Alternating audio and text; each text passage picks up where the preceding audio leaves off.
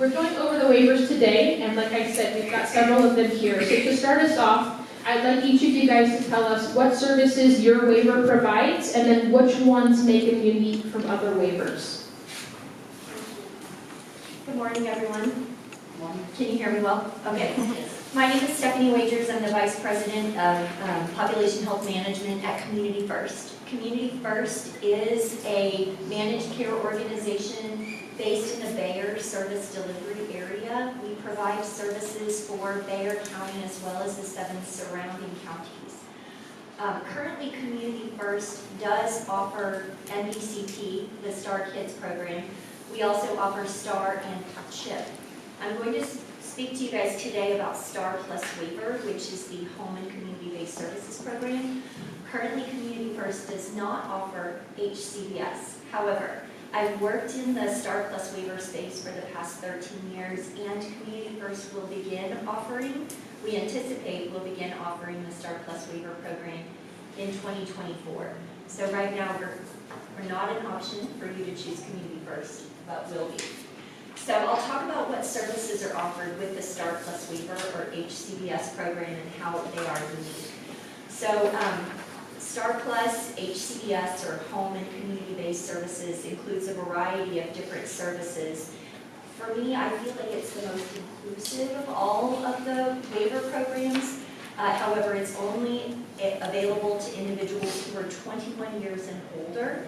And specifically for the STAR Plus waiver, which is a bit different than STAR Plus waiver, an individual must meet a nursing facility level of care. So there must be a medical necessity for the individual to receive those services.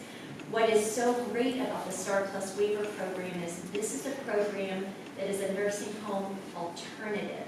So we help people who would normally reside in a nursing facility to receive those services in the community instead. We focus on member choice and providing an inclusive array of services to keep people out of the nursing home. We're the nursing home antithesis. Okay, those services include personal assistance services. That's going to be unskilled services for an individual to receive assistance with ADLs, activities of daily living, or IADLs, instrumental activities of daily living. So that includes bathing, dressing, grooming, feeding, eating, walking. IADLs are things to maintain the environment so the individual can be safe in the community. Cooking, cleaning, transportation to medical appointments. We offer respite services for an informal support or unpaid caregiver, and that respite care can either be offered in the home or outside of the home. For example, in a nursing facility for a short period of time.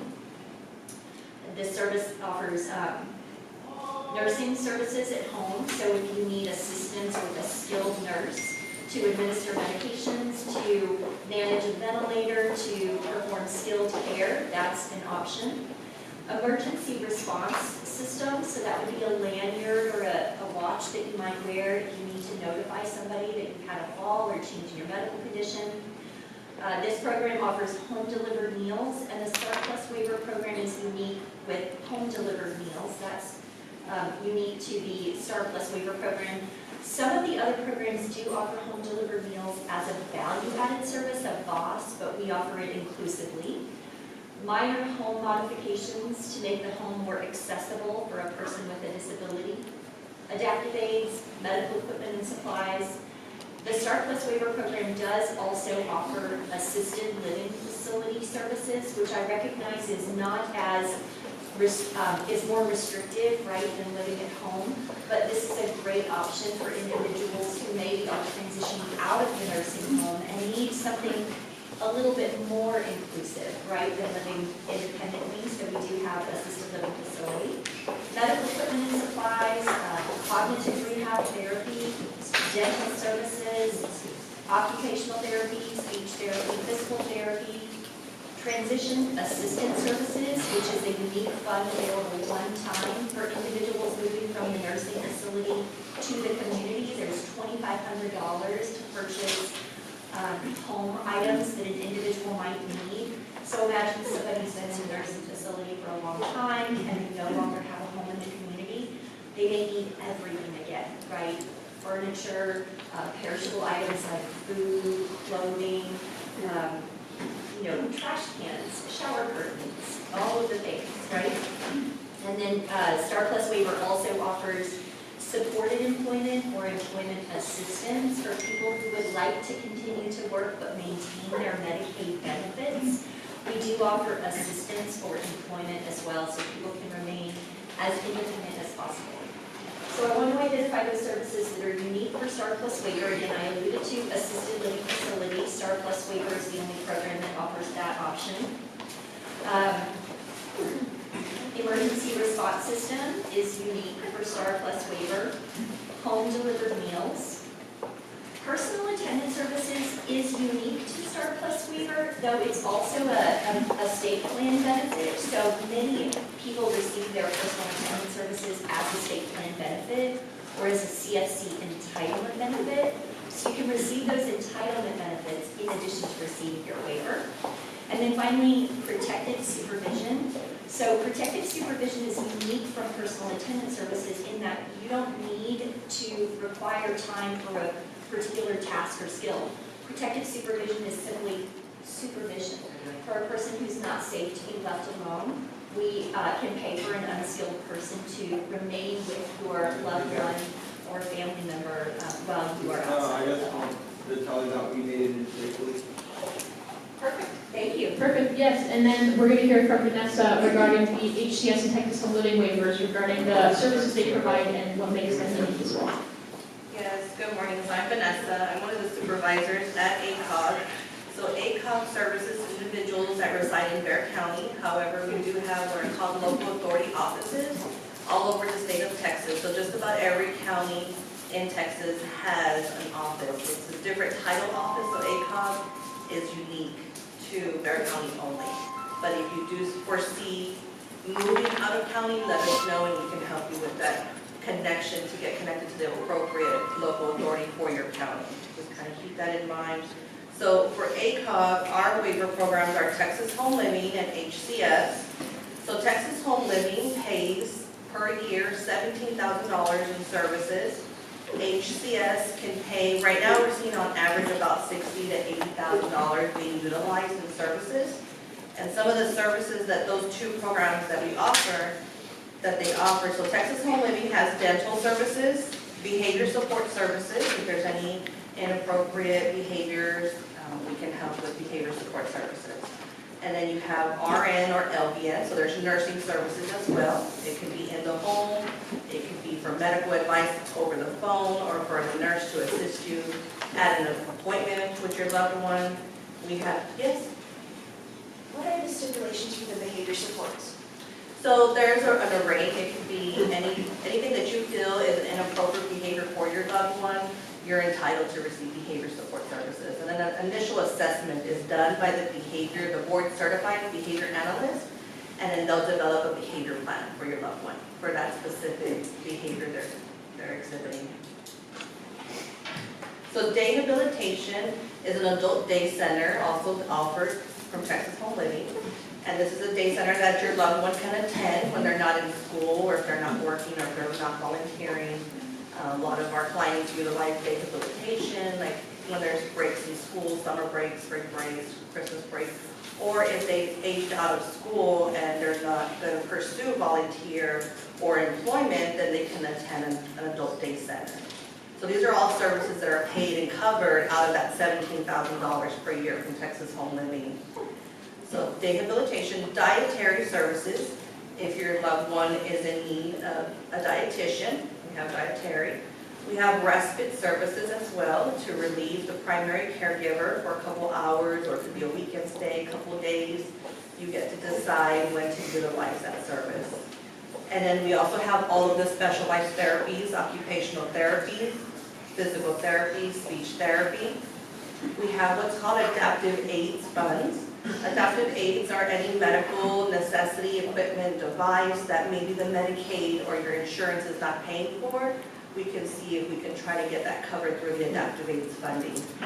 And then we also have home modifications that's also paid through the program. If you're in need of maybe a ramp or a walk-in shower or a widened door for a wheelchair, there's several different things that can be modified in the home and paid with that out of that $17,000 for home modification services.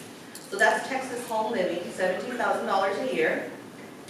HCS, Home Community-Based Services, the one that averages about $60,000 to $80,000 in services per year, has all of the services Texas Home Living offers, all the services I just mentioned, plus what's unique about HCS, it has a service called Host Home Companion Care.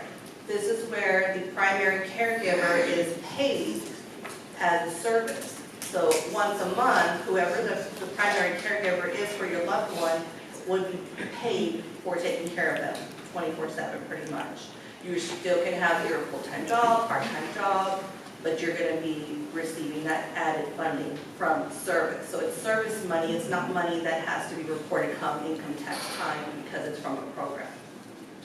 The other option in HCS that's unique is group home services. So if your loved one would like to live in a group home or you feel it's best for them to move into a group home at that time, as a team we will meet and discuss that. We can take some tours of group homes out in the community. And of course here, if you're with ACOG, it's in Bexar County. There's homes all over Bexar County. But if you're out of county, there are group homes all across the state of Texas. The group homes can have up to 4 clients per house, and they have to be provided their own room for privacy and space. And then going back to the host home companion care, so in that setting, only 3 individuals can live in a home because they have to be given their own room as well. So there's a lot of flexibility in both of our waiver programs, Texas Home Living and HCS. If you start residing in Bexar County and you move to another county, we can help you transfer your services. So Texas Home Living and HCS can transfer anywhere in the state of Texas from county to county, and we can help you with that process. You can change services at any time. If you get any service that we talked about, the nursing, the behavior supports, the day have, we also have employment services. So any service you're not happy with, your loved one is not happy with, you don't have to wait for the annual appointment to stop that service. That service can be stopped at any time, or you can also get a new provider.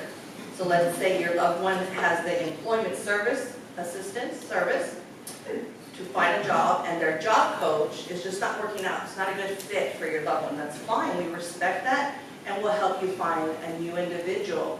So that way maybe you don't have to necessarily terminate that service. There's a lot of flexibility with our 2 programs, Texas Home Living and HCS, and with all of our services.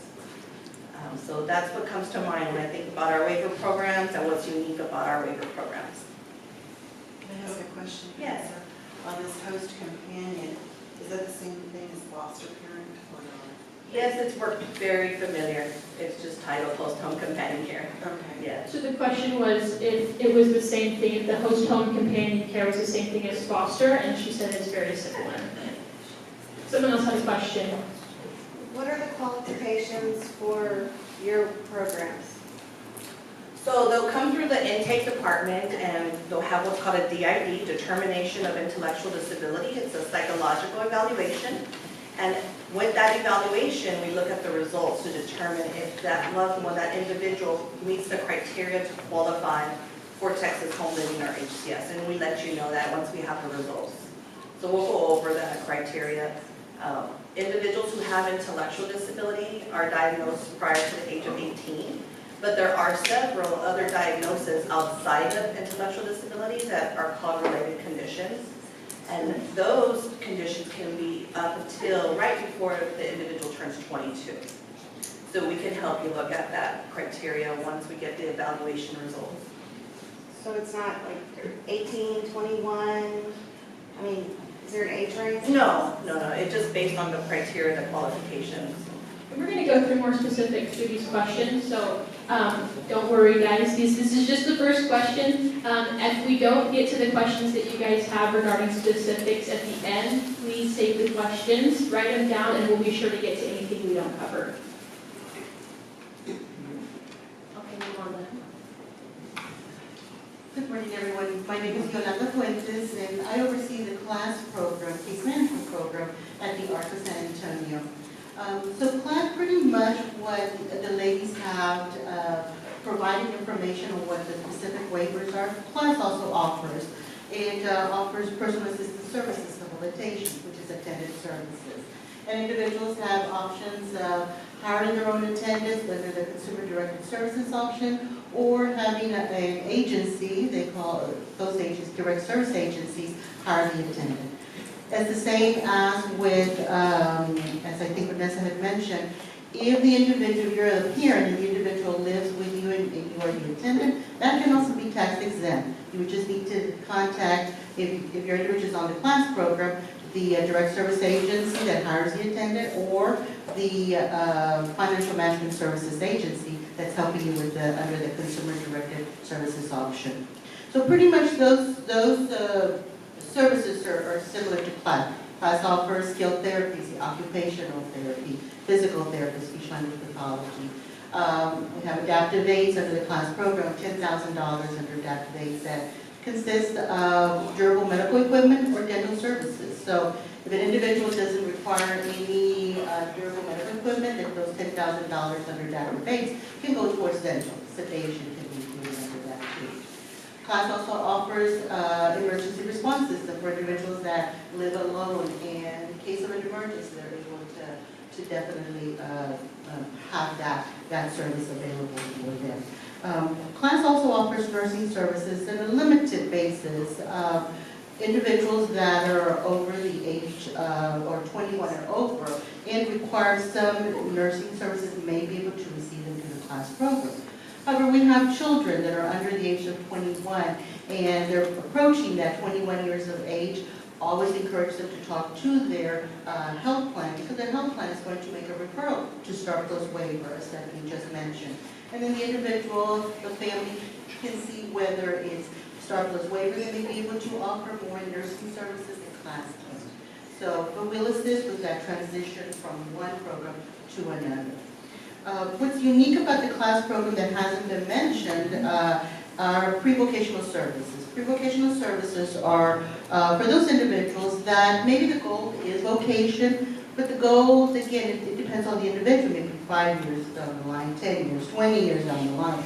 But they participate in a facility that will work on social skills, task-oriented, following directions, depending on where the individual is and what skills that individual needs to maintain or maybe work on. So most facilities that offer day habilitation will also offer pre-vocational services.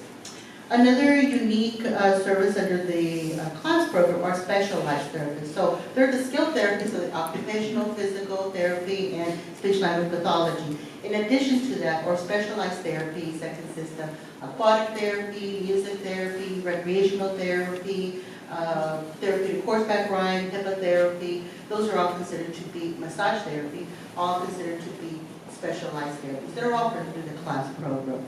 The class program, as far as funding is concerned, also individuals can utilize quite a bit. We have individuals that utilize maybe $30,000 a year, and we have individuals that utilize over $100,000 a year, depending on what the needs are of that individual as to what type of services are most beneficial to them. We work a lot with children. There is no age limit under the class program, so there are some services that class offers that maybe children are not eligible for yet because Medicaid covers those services, like the dental services, the skilled therapies, OTPT, speech, nursing services. Those are covered for by the health plan, by Medicaid, for children under the age of 21. But once you turn 21, then Medicaid does not cover those kinds of services. So this is where the waiver program, Life Class, can assist with the dental, can assist with the skilled therapy, can assist with nursing if that is needed, and other services. Perfect. Yolanda, you can hold the mic and then we'll just make our way back down this way. The next question is, at what age must an individual be diagnosed in order to be eligible? And what happens if they are diagnosed after the age of 18? So under the class program, the individual has to have a diagnosis that, and there are about over 200 related conditions that can qualify someone for the class program, including Down syndrome, autism, traumatic brain injury, cerebral palsy. IDD by itself is not a qualifying condition, but individual may have something else that may qualify, over 200 conditions. And so basically, under the class program, if that condition happened before the age of 22, then yes, class, they may be eligible for class. Unfortunately, if someone is in an accident, let's say it's a car accident, they have a severe injury and they're 30 years old, unfortunately, they do not qualify for the class program. But I always encourage families to contact the state regardless of what the condition is or whether you feel they would qualify or not. Because qualifying conditions can change. I've been with the class program for quite a few years, and within the class program, I've seen qualifying conditions be added to those over 200 related conditions. So if you are interested in the class program, feel that it is beneficial to your loved one, please feel free to just call the state, and I think we're going to talk a little bit more about that and how it's going to be on the list, and they're on the list. Then we look to see whether you qualify. But it's before the age of 22, before the age of 22 is the qualifying condition for the class program. Fantastic, thank you. Okay. So for ACOG, Texas Home Remedy, and HCS, the criteria, once they're tested by the determination of intellectual disability by our psychologist, the results have to reflect an IQ of 75 or below, and they have to have either the diagnosis of intellectual disability or related condition disability. So there's an array of disabilities that could qualify as a related condition diagnosis. The individual does have to have active Medicaid in order to be enrolled and receive Texas Home Living Services and HCS. If your loved one does not have Medicaid, we have a Medicaid specialist that can help you with the application process. And the individual cannot be receiving or open to any of the other programs, any other state-funded programs that are being talked about today. It's kind of one or the other. You kind of have to determine which one's more beneficial for your loved one. But intellectual disability, it is diagnosed prior to the age of 18. And a related condition is, in order to qualify, has to be diagnosed to that individual prior to the age of 22. If your loved one does not qualify for Texas Home Living or HCS, they will still stay on the waiting list in case anything else changes or comes about, especially if they're under the age of 22. They'll still stay on our waiting list and we'll still contact you and still keep touch bases with you. But we will offer you resources to other agencies that your loved one may potentially qualify for.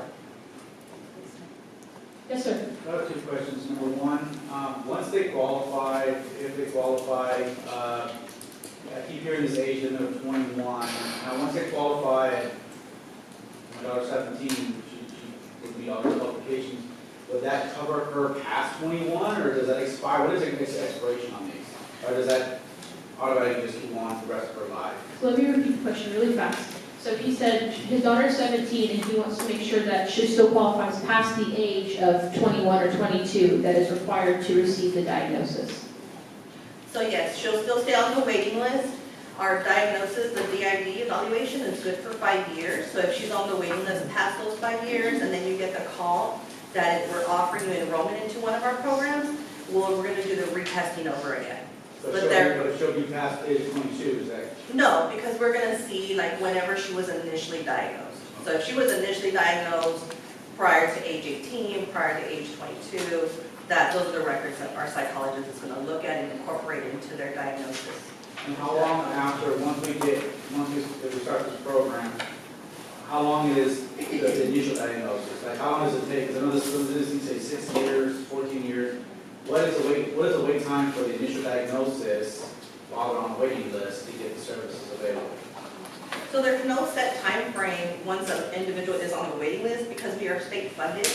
So we have to wait for the state to give us more funding in order to move that waiting list along and to offer enrollment into clients. But I can tell you for the past couple of years, clients have been enrolling. The state has been releasing slots, so we're happy to see that happening. Thank you. Yeah, go ahead. My daughter is already have that testing with the psychologist. Did she needs to do it again because she turns 23 years and she's already on the list. So and they never contacted me, and it's so hard to contact somebody because I'm trying to reach everybody and nobody answers me. So does she need to be retested is the question, if she already has been tested by a psychologist? It was 2011 she was tested, so. Yes. So if she's on the waiting list and she's already been tested and she's still on the waiting list, you don't have to worry about that right now. It's not until she's offered enrollment into, when you get the call, that it's your time for your loved one to be enrolled into Texas Home or HCS. If it's past the 5 years since she's been tested, we're going to retest her. Oh, okay. So right now, you don't have to worry while she's on the waiting list. It's not until they actually offer the enrollment. Oh, okay. Thank you. The host companion, are they eligible for respite hours or no? So that's a great question. You cannot receive respite at the same time you're receiving host home, but the way our families are working it out is that if they need to take their time off, of course, we all need that time off, that break. So they're taking out of their pay, since they're getting paid that host home companion care pay once a month, they're taking a portion to pay somebody else too. So they're kind of doing their own respite. And the cap on the pay, is it around $36,000 a year or? The pay is different from what I'm hearing from other families, and it just depends on the provider agency. Apparently they're paying a little bit different by a couple of dollars, not much. It's around $36,000 or so? I don't know the cap amount, but from what I hear, families are getting a little bit over $1,000 a month. So that's for the host home companion care provider service. Thank you. Just that service alone. Perfect. We're going to go to Stephanie, just so we can keep the questions going, make sure we cover all of our topics. So speaking for the STAR Plus waiver or HCBS program, there is no age limit. A person can have a congenital or acquired disability at any time during their life and qualify for the STAR Plus waiver program. The only requirement is they must, again, meet that medical necessity level of care, and basically that means that they need assistance with a skilled task. So even if you might think that your loved one or individual doesn't belong in a nursing home, right? Like they don't belong in a nursing home, maybe there is a skilled need, something that you are performing as an unpaid caregiver, like administering medications, for example, monitoring their skin, checking their blood pressure or blood sugar, all of those things potentially would qualify, but there is no age limit. Perfect. And I'm going to combine a couple of questions here, because I think they can be asked together. How long does the process take to be placed on the interest list from start to finish? And then what is the wait currently to begin receiving services through the waiver? This is a great question, and I want to begin by talking about some wonderful legislation that was passed with the 87th legislative session in 2021. Senate Bill 1 was passed, which is an interest list reduction act. Now currently all of the waiver programs have different wait lists, and you'll hear about those from each of us. The way that an individual qualifies for, comes off of the interest list is going to be based on attrition spots. That means that somebody has to lose their spot in the STAR Plus waiver program in order for a person to come off of that interest list. However, as a result of the Interest List Reduction Act, the state has also, HHSC has added additional spots for each of the different waiver programs. And it's not going to sound like a lot when I tell you this number, but we have attrition spots in addition to these other spots that have been added. There's a total of 1,549 additional spots that were added for all of the waivers. The majority of those are with HCBS and Texas Home Living. I don't know if you guys know these numbers, so I'll just share yours.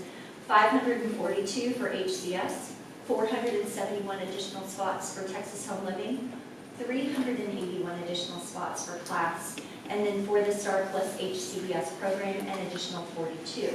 There are fewer additional spots that were added for HCBS because we have the distinction of having the shortest wait list of all of the waiver programs. Generally for HCBS, once you are added to the interest list, it takes about 1 year. I'm going to give you guys a couple of phone numbers, so any of you who are writing down numbers, Please take these down. The first one is the phone number to be added to an interest list.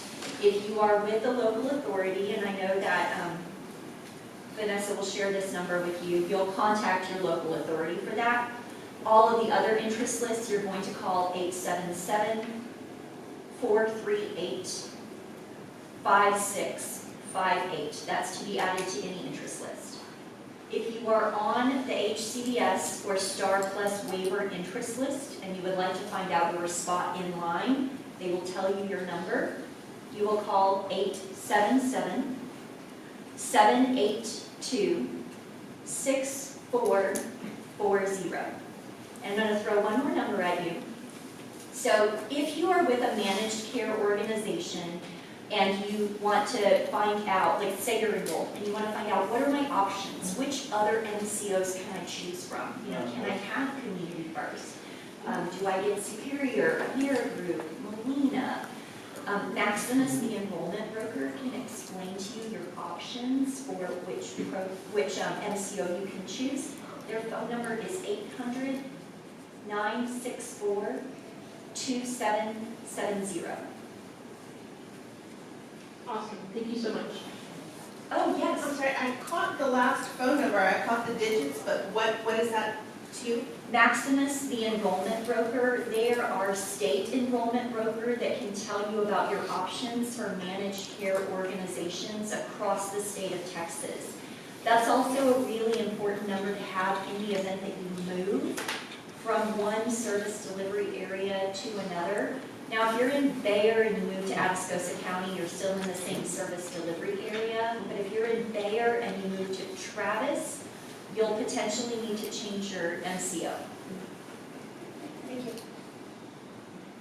Okay, so for ACOG, Texas Home Living and HCS, if your loved one is not on the waiting list, you do want to call us as soon as possible because there is a wait list. We want to get your loved one connected, going through the intake process and put them on the waiting list.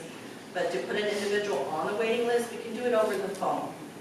Of course, it can be done in person. You're welcome to come into our office anytime. We always have an on-call worker of the day available, Monday through Friday, 8 to 5 at our office. We're about 6-7 minutes away from here, actually. So we're at 2700 Northeast Loop 410, 78217. That's our ACOG address, 2700 Northeast Loop 410. And the zip code 78217.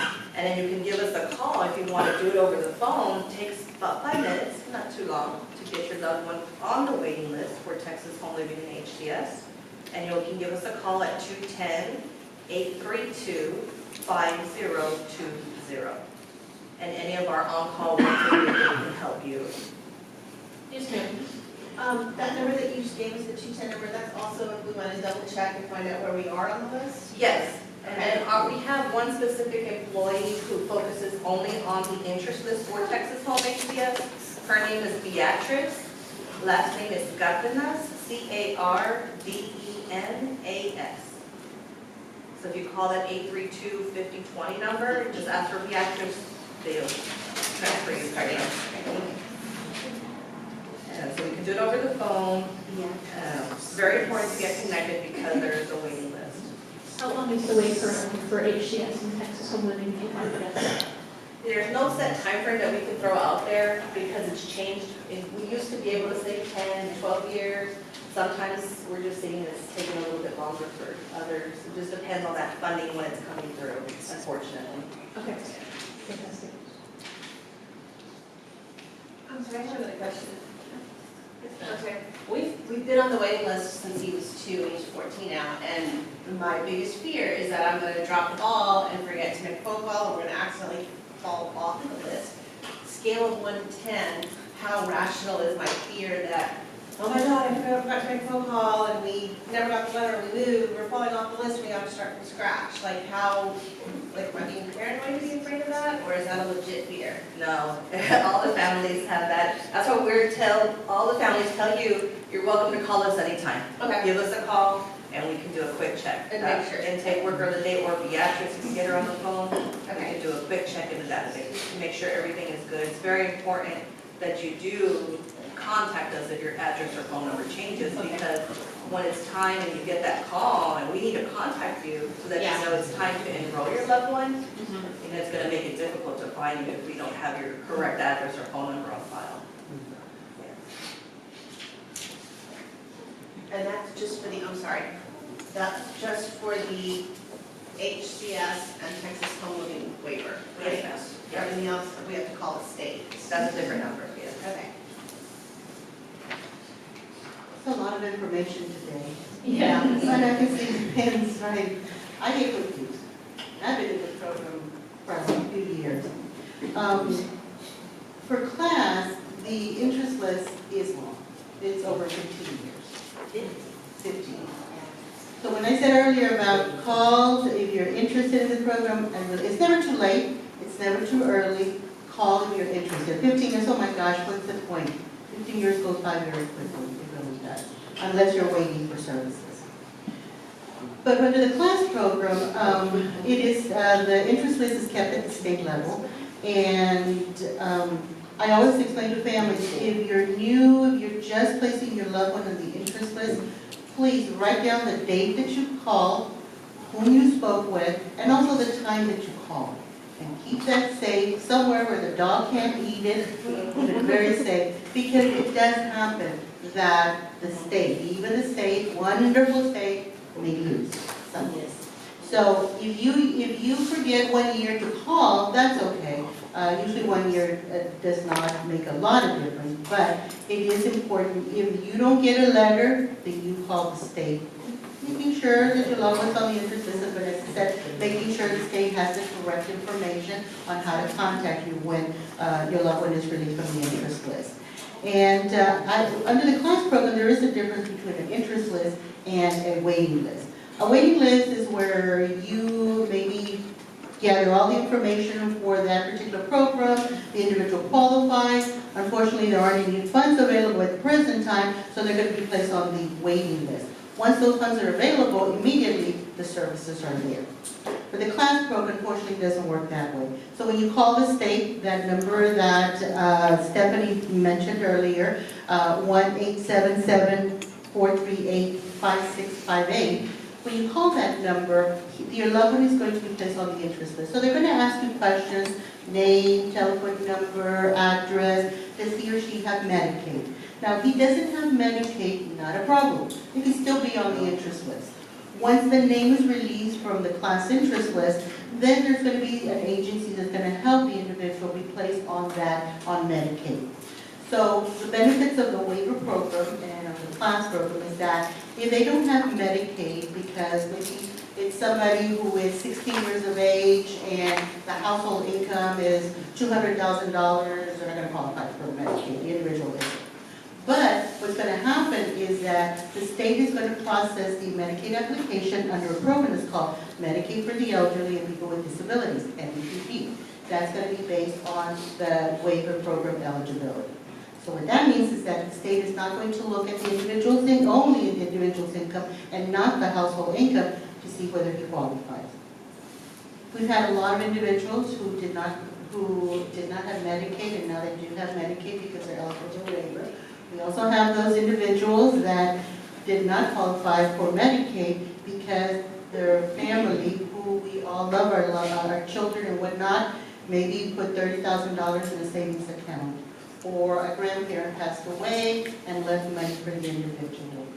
So I always explain to families to, in addition to looking into the waiver programs, contact someone who specializes in what's called elder care, or who specializes in special needs population, special needs trust, can help you in the event that something like that were to happen, so that that individual does not lose services. That's just a side thing on that. So how do you talk about when they don't qualify for Medicaid because of financial reasons? Does that apply across board? Because like my daughter, she's on DBP and I work, so my income's like right there. And it's always like, well, if I lose her Medicaid, she's gonna lose her waiver program. So is that program across the board or just for class? No, it is just across the board. I don't know about start close. Yes, however, with regard to the financial eligibility of parents, income is not considered in the eligibility. It's based on the individual's income.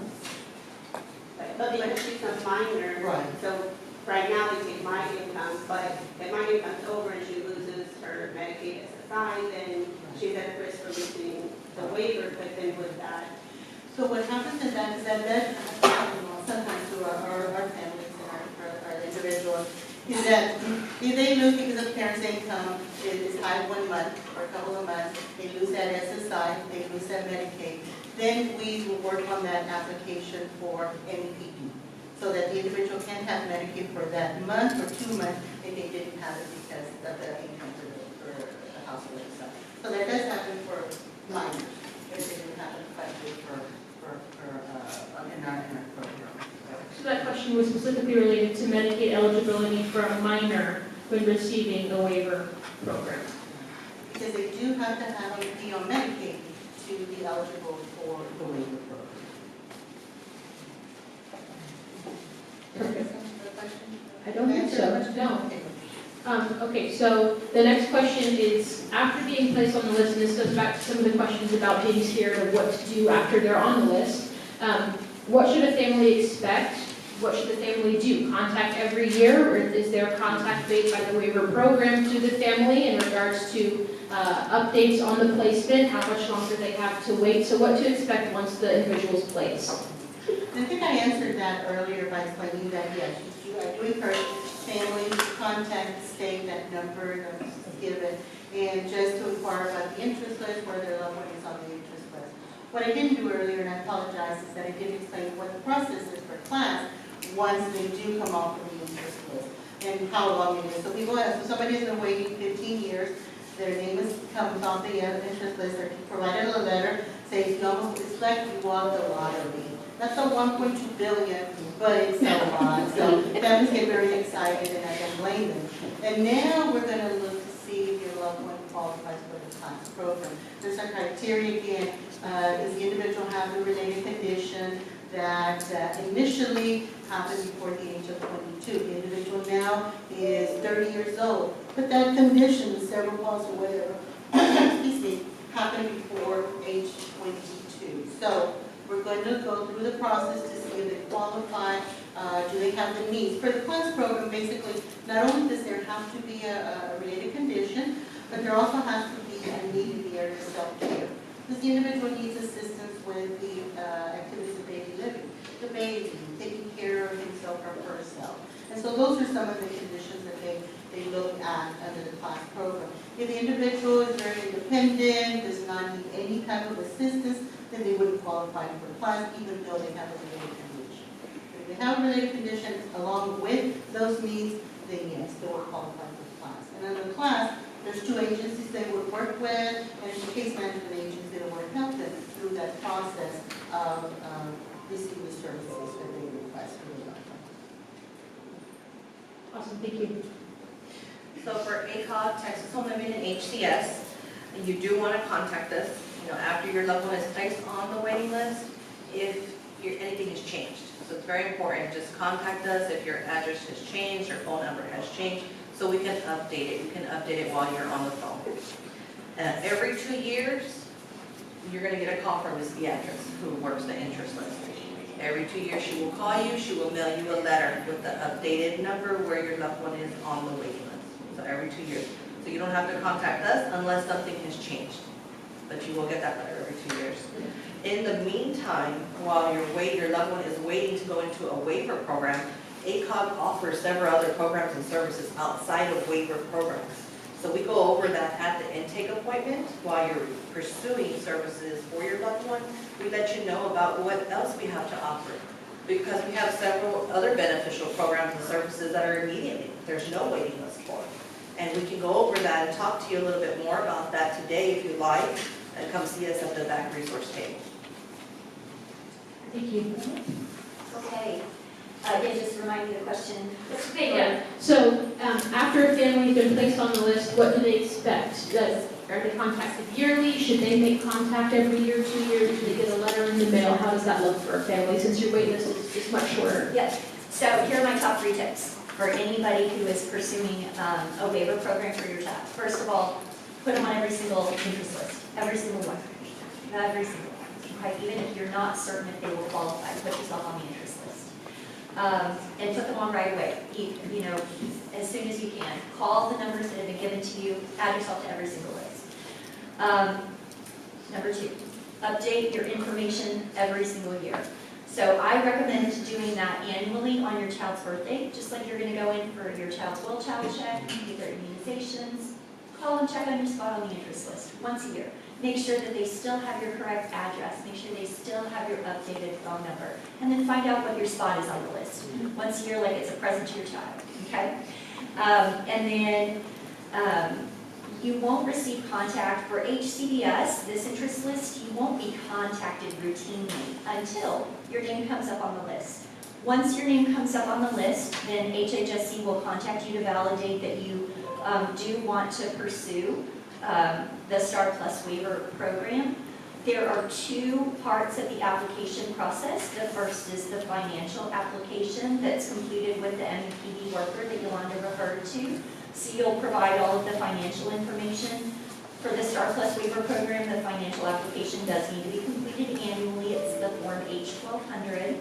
And then there will be an assessment completed by the nurse from the managed care organization. Once your name is released from the interest list, we have time frames around when the managed care organization must reach out and contact you. So HHSC will validate your information. We'll find out which MCO do you want to be referred to. Do you have a preference who completes your assessment?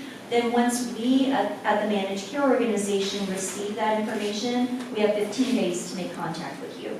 And we'll make 3 attempts. We'll call you 3 times, and hopefully there's several numbers on file in the event that one of those doesn't work.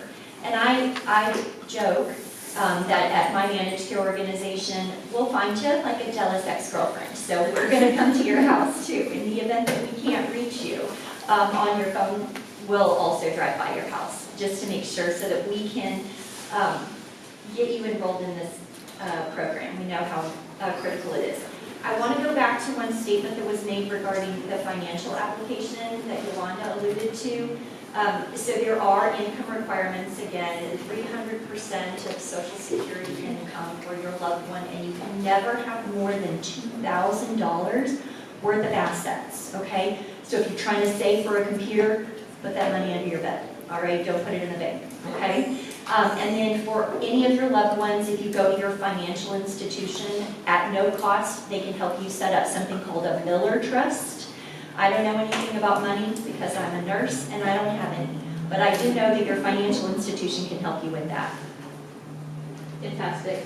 That's honestly really good advice, and I think it's like better safe than sorry with the questions about like how paranoid is too paranoid. I don't think you can be when you're waiting for these services for so long, and it's so crucial that you receive them. Even driving by the house, I feel like it's not too much when you wait so long sometimes to get these things. So if possible, could you guys maybe explain how a family would go about transitioning from receiving one waiver program funding to another? For example, like this mom said, her daughter's receiving DPMP. So if maybe she comes up on the class list in the future, how would someone go about transitioning to the STAR Plus waiver and for the other respective waivers as well?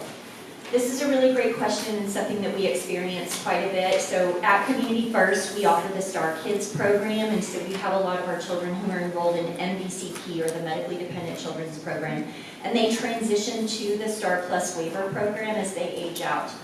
As I alluded to, you can be on as many interest lists as you want, and Vanessa talked about the fact that you can only receive one interest list at a time. So you can be on class, or you can be on DBMD, or you can be on HCS, but you can't be on all 3 of them.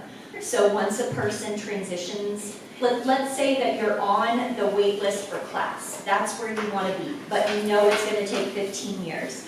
But your name comes up on the interest list for STAR Plus waiver. So you enroll in the STAR Plus waiver program.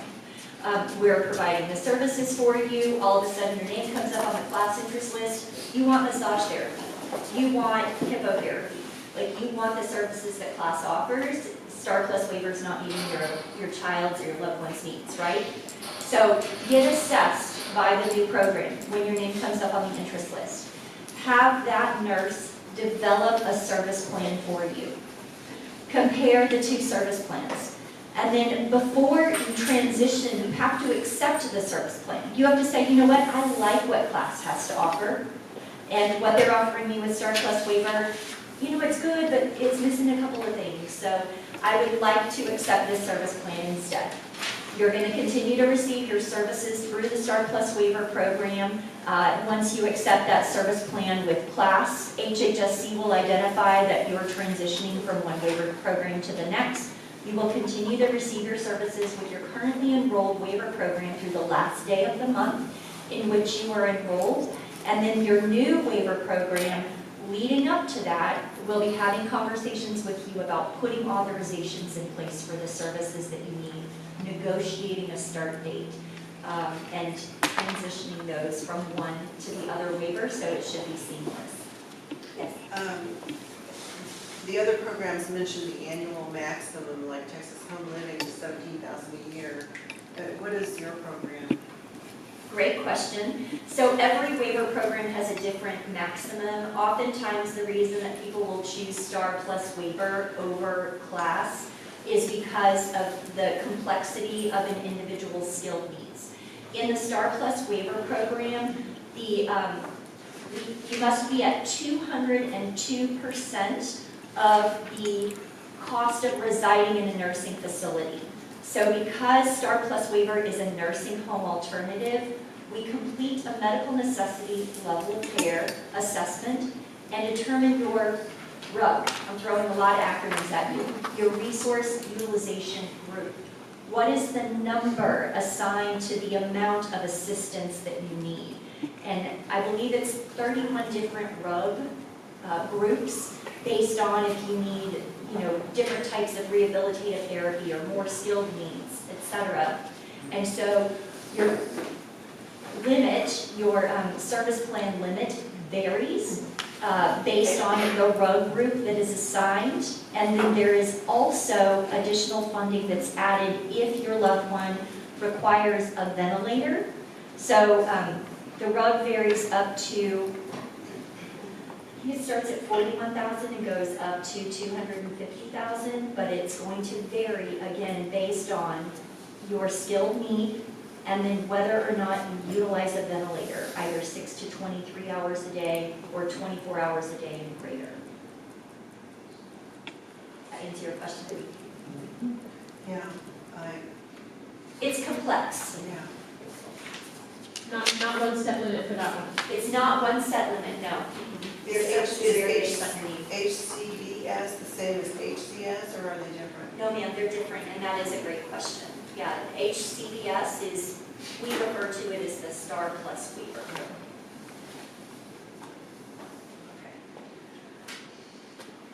So for ACOG, Texas Home Living and HCS, Home and Community-Based Services. So when she talks about this right now, about the transition from one waiver to another, you can be on the waiting list for Texas Home Living and HCS while you're receiving another waiver service, while your loved one's receiving any of the waivers that have been talked about today, or any of the other outside waiver programs. Now, it's not until you actually get the phone call from an enrollment coordinator from ACOG telling you, okay, your loved one has come up on the waiting list, it's time to enroll. We're offering you enrollment into Texas Home or into HCS, and then at that time, we will see on our state database, it'll come up and alert us while we're offering you our program. It'll tell us, okay, your loved one's in such and such waiver program already. So our coordinator is going to have that discussion with you and let you know that you will have to decide which is more beneficial for your loved one. And we give you that time and work with you so that way you can get with that current provider, that current program, and then you can get with our program service coordinator. It's an enrollment service coordinator, go up to your home and sit with you for a couple hours to let you know what all is being offered to you, because you will have to accept one, decline one, since your loved one can only be in one program, one waiver program at a time. But your loved one can be on the waiting list while your loved one is receiving another waiver program. It's not until you get that call and we're offering you enrollment into one of our programs that it gets effective. There's a distinction between being on the list and then receiving the services. That is, I think, the most important part to make clear, is you can be on as many lists as you want, but once you're receiving funding from one, you can't be receiving funding from more than one. You have to make a decision on which one meets your needs better. And the same with the class programs. One thing I do encourage families to do when their baby is released from another waiver program, if they're on class, they're released from HCBS, or maybe they're now turning 21 years of age, they were receiving nursing services under Medicaid, and now they are offered the STAR+ waiver, is to get good information, understand the waiver and the services that your loved one is receiving now, and understand what it is that they will receive under the other program. You always ask questions, and there is no such thing as a silly question, because that's what we're here for, to answer those questions, because it is the best when I say educated parent, is a parent that's well informed, that makes those decisions that will affect their loved one now and in the future. Could you give an example of like services that they might get with class that they would lose Certainly. with another service, just so people understand that? Absolutely. So what's coming up, let's say someone comes up, they're under the age of 21, because this has been happening quite a bit, and they've been receiving nursing services through Medicaid. So now they want to see whether class is going to assist with that, or is STAR+ going to be better. They under Medicaid, maybe they were receiving 100 hours of nursing services, private duty nursing. Under class, I can tell you that that's not going to happen. 100, because we're not a medical model. We do provide some nursing through the program, but not as extensive as that. So you'll want to see through the STAR+ waiver whether how much nursing services the individual will be eligible for. And at that time, and I know parents kind of go, oh my goodness, well, I don't know. Under class, they're doing very well, but now the nursing is not going to be there, or as much nursing won't be there. I'm not familiar about this other program. There's going to be nursing, but I don't know about the other. My loved one has been receiving massage therapy, aquatic therapy, recreation therapy, and they're going to lose that if they go to the waiver program. So I said to families, whatever you feel that your loved one needs the most.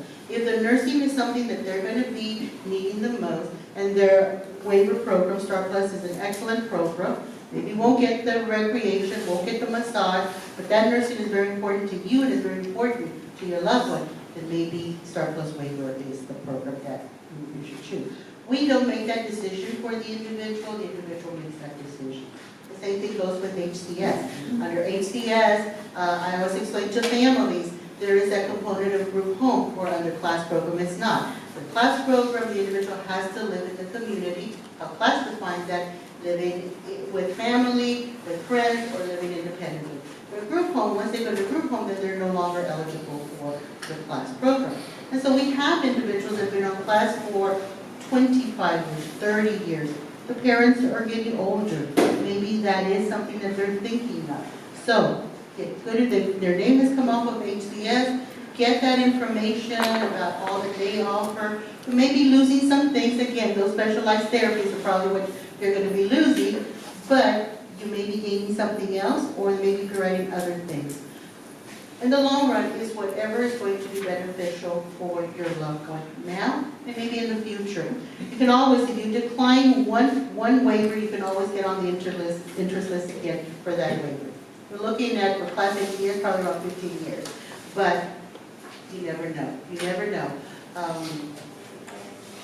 Well, I was going to say something that the little bird just flew out of my hand. It'll come back. I mean, the door's not open all the way open. How come the STAR+ isn't on here? Like, it's not even listed on the back as one of the Texas Medicaid waiver So programs. that's just a general list that we kind of give to the families specifically that we serve through our case management programs.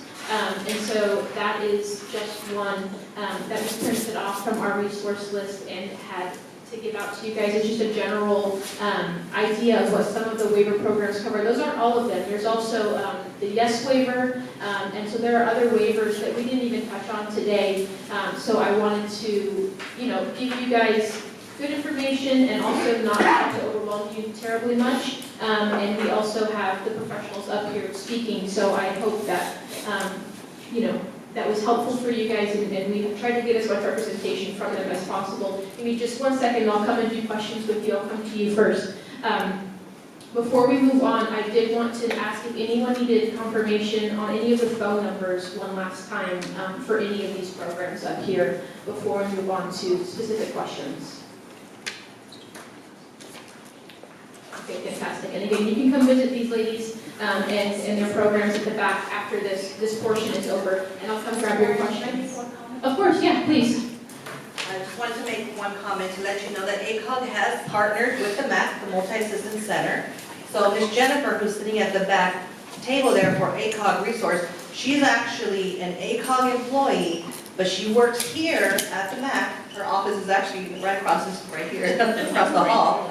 So she's here Monday through Friday, 8 to 5. So if by chance your loved one is connected with the MAC and you have a navigator, we ask for you to, and you want to talk to an ACOG representative, it will be Ms. Jennifer, but in order to get contacted with Ms. Jennifer directly, you would have to ask your MAC navigator to do an ACOG referral.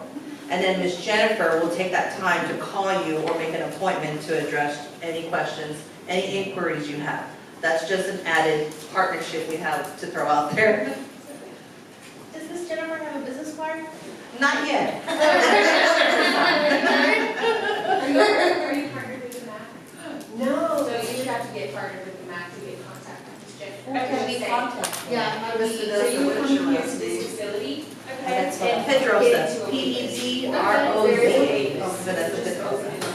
All right, so we had a question over here, so I'm going to pass the mic off, and we'll take about 10 minutes for questions. I want to respect everybody's time on the panel. Miss Yolanda just mentioned, if you apply a spot. Okay, if my son's name were to come up on the list, and we had to decline the spot for some reason, but we wanted to stay on that list, would we have to go all the way to the bottom and start over? Unfortunately. Okay.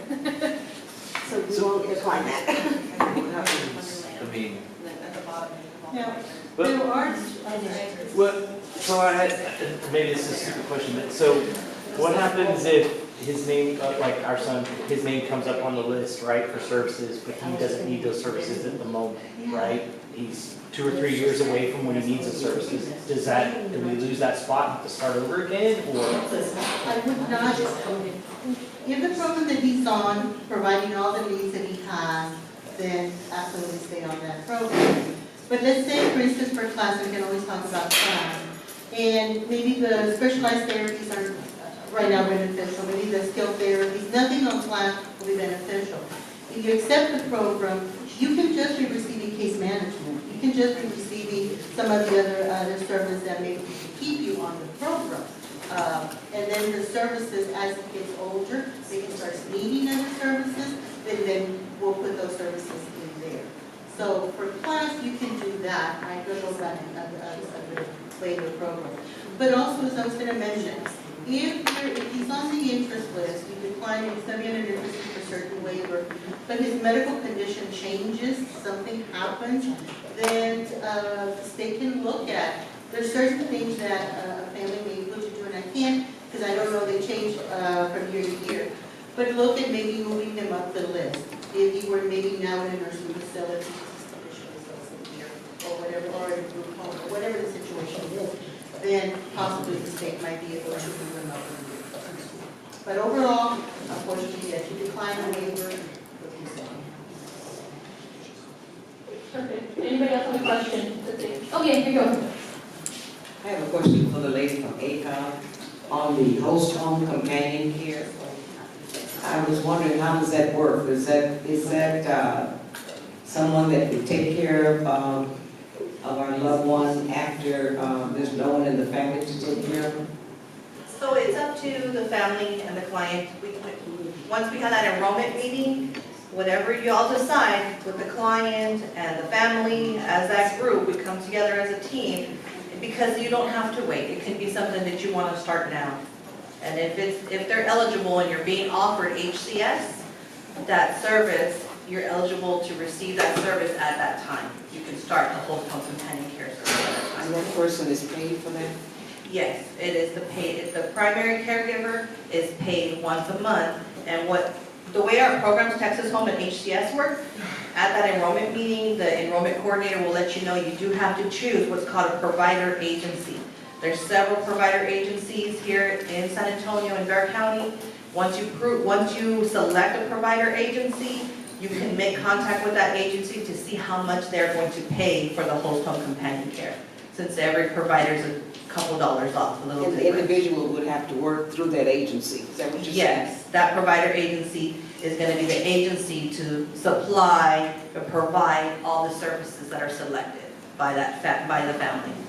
Thank you. Yes. Just to add on to that, could you do that with CBS? Is that an option as far as? Not for host home. Host home has to go, but you can divide services where you do some through provider, some through CBS. Excuse me, ma'am, could you give your address one more time? You gave it earlier. Yes, so ACOG, we're at 2700 Northeast Loop 410, and then the zip code is 78217. I want to point out that's different than the address they used to be at. So Yes, we moved. it's newer, so Yeah. it's not, maybe more some of you guys are thinking they used to be at Yes, Tesoro. we used to have the Tesoro, correct. Regarding that Texas Star Plus, again, that's basically if the child or the adult needs nursing care. They don't need nursing care, it's a wash. So in order to qualify for the Star Plus waiver program, an individual must have a skilled need. And so that, I've been working in the Star Plus waiver program for a really long time, and that skilled need can be something as simple as medication administration. And it could be as simple as a Tylenol, for example, if your loved one can't self-administer Tylenol safely for a headache, or perhaps they get constipated and need a suppository administered. It doesn't even have to be a prescribed medication. If they cannot recognize or respond to a change in their medical condition, they potentially could qualify for the Star Plus waiver program. I know this isn't a question, but I do want to bring this up since there's been so much discussion around interest list. There is an option with Star Plus waiver and MDCP. If you, rather than waiting on the interest list, you can bypass the interest list by going into a nursing facility. For MDCP, the individual can stay 24 hours, which is going to be one overnight stay in a nursing facility.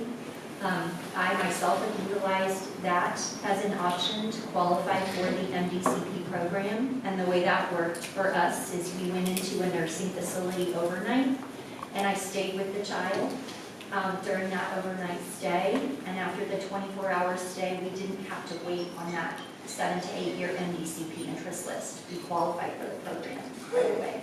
We did pay out of pocket for the overnight nursing facility stay. There's a copay that you pay, but there are sometimes financial programs that can assist with that overnight stay in nursing facility for bypass. And then to the question that you were asking earlier regarding if my name comes up on the interest list, but we don't need the services now, that will happen sometimes in Star Plus waiver, that we don't have a lot of services on the ISP, or individual service plan, because the needs are being met by informal support. You know, you're providing the care for them, right? And so their needs are not very complex. In that instance, oftentimes what we'll put on the ISP will be dental services, for example, for your loved one to get their teeth cleaned. Oh, or maybe we do a week of home delivered meals. Let's try out mom's meals and see if you like that. You do have to have a spend, some kind of spend annually. But it doesn't have to be the maximum amount. You don't have to spend all of your money, right? You just have to utilize one waiver service. So your nurse can help you identify what that service might be for your loved one. One last question back here from the end. I know y'all talked about there's things that are available before the waivers come up, and as a case manager, I get people ask if they can become a paid caregiver at any time prior to getting these waivers. So I don't know who can answer if a parent or caregiver paid for some of these services that they're giving their children daily without having a waiver? That was one of my questions. I think that we can all answer these questions. Those services that an individual would receive for assistance with ADLs or IADLs are a Medicaid state plan service, and so HHSC would assist with coordinating those. And the hours that are authorized will vary depending on the individual's needs. Consumer-directed services is an option, or you can utilize an agency, and you as the family member can become a paid caregiver. Now, there are rules around children under the age of 18 and whether or not you can be a paid caregiver as the parent.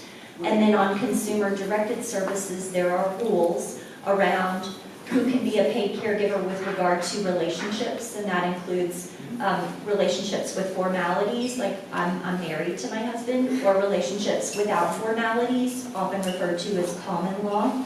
And so the very short answer is yes, you can get paid for those. There's some rules around that, but a person can. You know, I think you're asking also what programs. Yeah, what agencies would be able to help these families? Do y'all have a list of them, or can they find them somewhere online? You want to take that first? So. I think starting out with your child's health plan, because anyone, the state of Texas a few years ago, basically mandated that anyone who receives Medicaid, whether the child or an adult, needs to be on a certain health plan.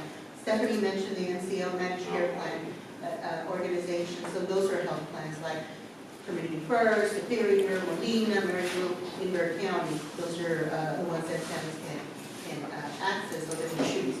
So starting with that, because through the health plan, they do have that service available. Stephanie can probably answer much better than I as to whether a parent can. My understanding is that they cannot, but I may be wrong. But that a parent cannot, they're under the age of 18.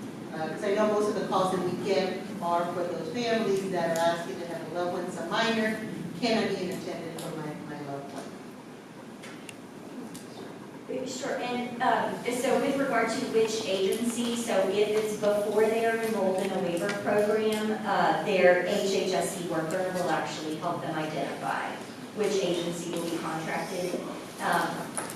So you do need to get in touch with the NEPD worker, identify that there are some state plan Medicaid services that you would like to utilize prior to being enrolled in the Medicaid program, and that HHSC worker will help identify which agencies are contracted. So Stephanie, when you mentioned HHSC worker, are we talking about in contact with the health plan? Not the health plan, no, this is before they enroll in a waiver. This will be just the state plan services. Well, because some individuals that are Medicaid are not on a waiver yet, but they do receive Medicaid.